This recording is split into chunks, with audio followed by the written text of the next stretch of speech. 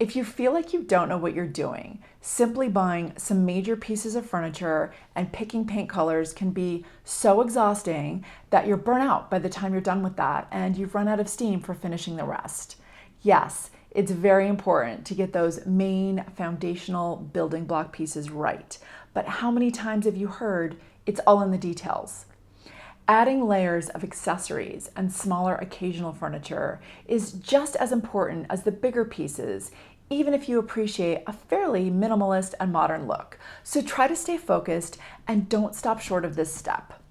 Even if they seem like things you may not need in terms of functionality, they can be important to give the space character and richness and to make it feel warm, comfortable, and pulled together from a visual standpoint.